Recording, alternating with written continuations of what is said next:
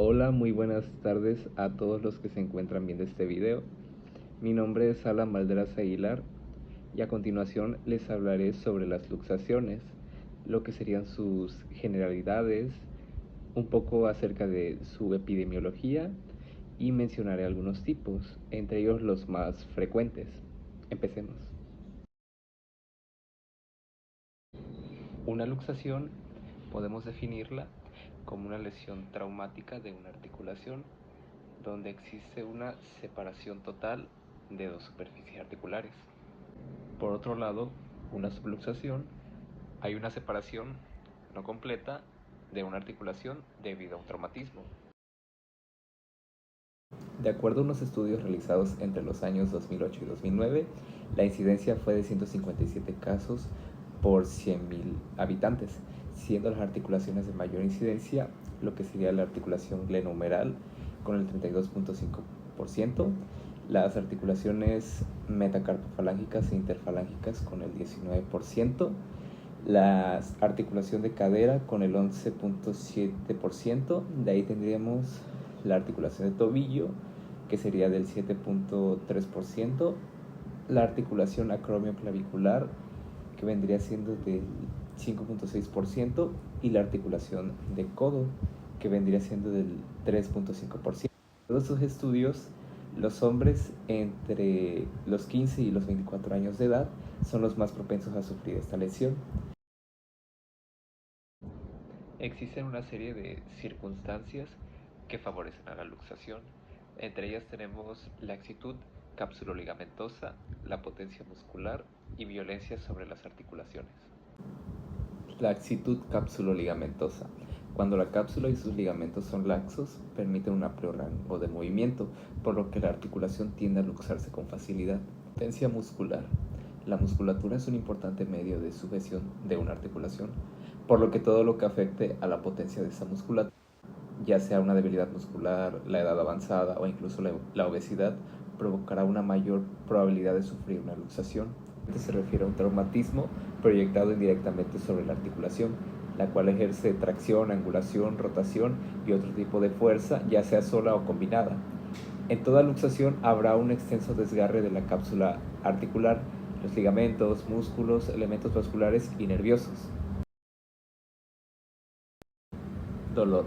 Al principio es muy intenso, pero después tiende a disminuir su intensidad. Sin embargo, este dolor puede aumentar al intentar mover la articulación. Impotencia funcional. Se refiere a que la articulación afectada es incapaz de realizar sus movimientos. Además de estos síntomas, encontramos otros, como lo que sería el edema, deformidad por el aumento del volumen y la pérdida de la alineación.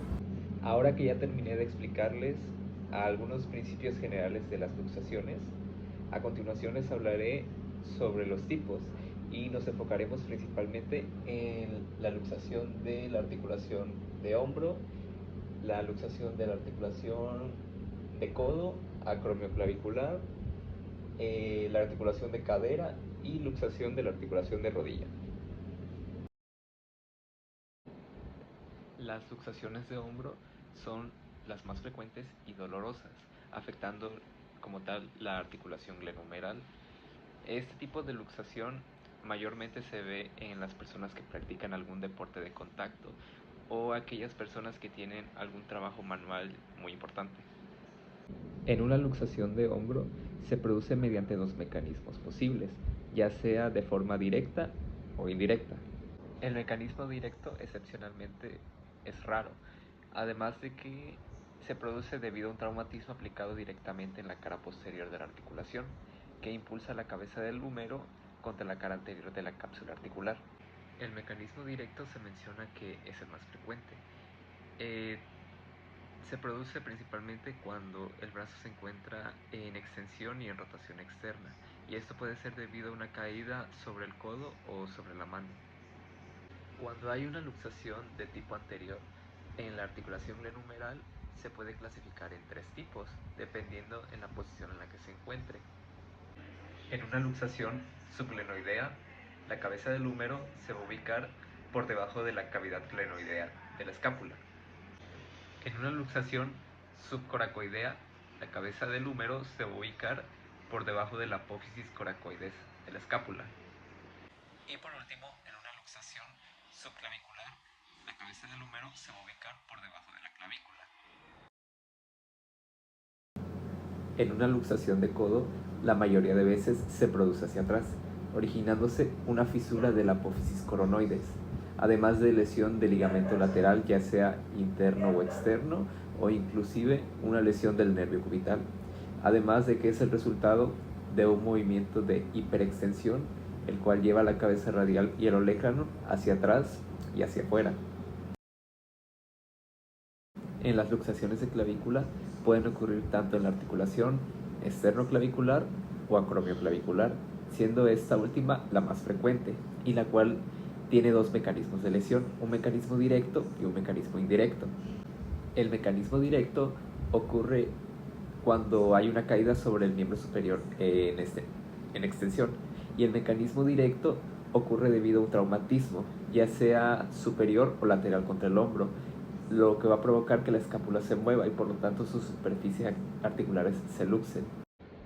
Después tenemos dos tipos de la luxación de la articulación acromioclavicular, que es de forma completa e incompleta. De forma completa podemos encontrar una deformación típica de escalón, debido a que el acromion pasa por delante y por debajo de la clavícula. Y de forma incompleta no existirá como tal esta deformidad, ya que los ligamentos coracoclaviculares no están desgarrados. En las luxaciones de cadera ocurren con mayor frecuencia en el género masculino, aproximadamente de la edad de 34 años en adelante. Este tipo de luxaciones se asocian más a los accidentes automovilísticos o accidentes de auto. Su mecanismo de lesión es debido a un traumatismo de alta energía y se relaciona frecuentemente también con la fractura de la pelvis y fractura del fémur. El mecanismo de producción en una luxación de cadera tenemos dos, que es cuando el sujeto se encuentra sentado con las piernas cruzadas una sobre la otra y en esta posición recibe un impacto directo de delante hacia atrás contra las rodillas, por lo cual la fuerza se transmite a lo largo del fémur, propulsando la cabeza femoral hacia atrás y abandonando su cavidad articular. Eso resultaría en una luxación posterior. Esto ocurriría, por ejemplo, en un choque frontal en un accidente de auto, en el que el copiloto, con las caderas en flexión, choca con sus rodillas contra el salpicadero del carro. El otro mecanismo de lesión es cuando el sujeto está agachado con las caderas flexionadas, recibiendo el peso de un violento impacto sobre la espalda. Al ser aplastado, un ejemplo sería en el derrumbe del techo de una casa. Y existen dos tipos de luxación de cadera. La luxación posterior, que es la más frecuente, donde la cabeza puede quedar por debajo o por encima del acetábulo, y una luxación anterior, que no es muy común, se produce por una rotación externa y una abducción máxima forzada. Una luxación de rodilla es muy común y causa daños principalmente en los ligamentos y en los meniscos de la rodilla. Sus principales síntomas, al igual que los mencioné al principio, son el dolor, la incapacidad funcional e incluso la inflamación. Generalmente es causada por traumatismos muy fuertes en la rodilla. También puede ser por caídas, por accidentes automovilísticos o las personas que practican algún deporte de contacto. Existen 5 tipos de luxación de rodilla. Tenemos la luxación anterior, donde hay un desplazamiento de la tibia por encima del fémur. Generalmente afecta el ligamento cruzado posterior. La luxación posterior, que es un desplazamiento de la tibia por debajo del fémur. La luxación interna, que es un desplazamiento medial de la tibia respecto al fémur. Y la luxación externa de la rodilla, en el cual hay un desplazamiento lateral de la tibia respecto al fémur. Y por último tenemos la rotatoria, que hay rotación de la tibia sobre el fémur. Es una mezcla de desplazamientos anteriores y posteriores, combinados con los mediales y los laterales, y esta es muy poco común. En las luxaciones de rodilla también es muy común encontrar luxaciones de la rótula. Tenemos dos tipos: la luxación lateral, donde la rótula se desplaza hacia la parte externa de la rodilla, y la luxación medial, donde la rótula se desplaza hacia la parte interna de la rodilla.